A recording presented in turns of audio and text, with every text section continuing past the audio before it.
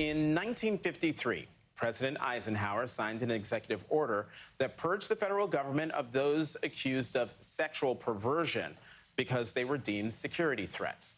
And to be clear, the targets of such accusations were gay men and lesbians and anyone else not deemed straight and cisgender.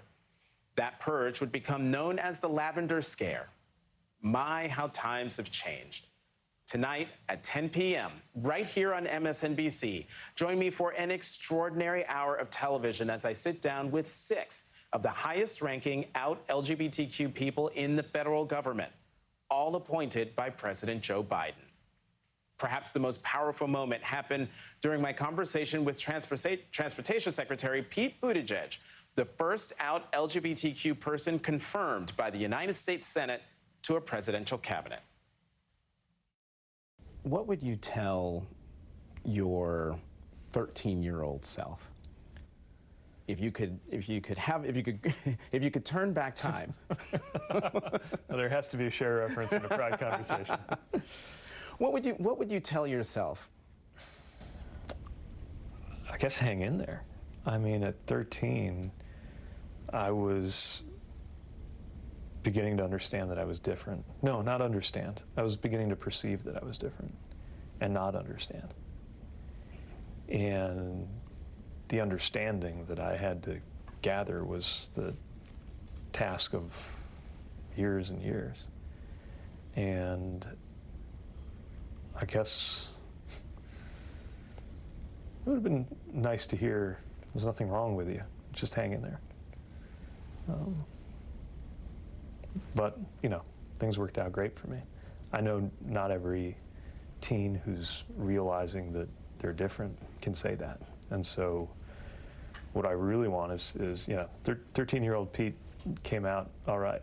I want to make sure 13-year-old, whoever you are out there, knows to hang in there.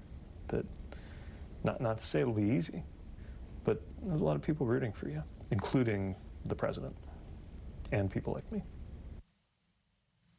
You'll also hear personal reflections from Assistant Secretary of Health, Dr. Rachel Levine, the first out transgender person confirmed by the Senate, Karine Jean-Pierre, Principal Deputy White House Press Secretary, Pili Tobar, Deputy White House Communications Director, Ned Price, spokesperson for the State Department, and Reggie Greer, White House Senior Advisor for LGBTQ+ engagement.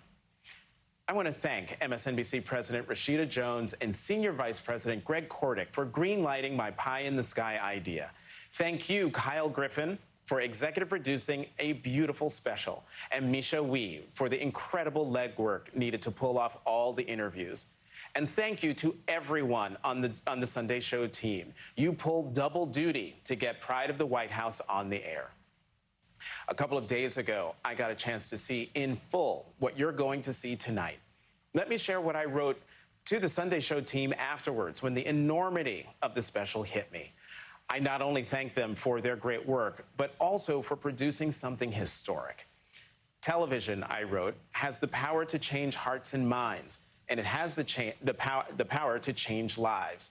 By showcasing out LGBTQ people who work for the President of the United States, we expanded the horizons of countless people. We may never know who they are, but know they will be out there. And when you hear someone talk about what Pride of the White House meant to them, revel in the role you played in touching their life. I cannot wait for you to see Pride of the White House and hope you see yourself or someone you know or love reflected back at you. I'm Jonathan Capehart, and this has been The Sunday Show.